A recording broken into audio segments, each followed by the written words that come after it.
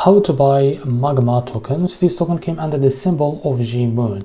So this is one of the projects of Monad. So before we start, this is not financial advice. I'm not professional or economic expert. So before investing in any project that you find on my channel, please do your own research.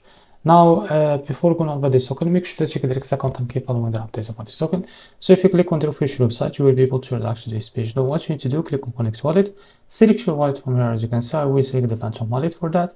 Now click on Connect. So after that, what you need to do, make sure that you have enough MON on your wallet, and here you can type how much you want to buy here, as you can see, and here you will be able to see how much you receive. Now click on stake.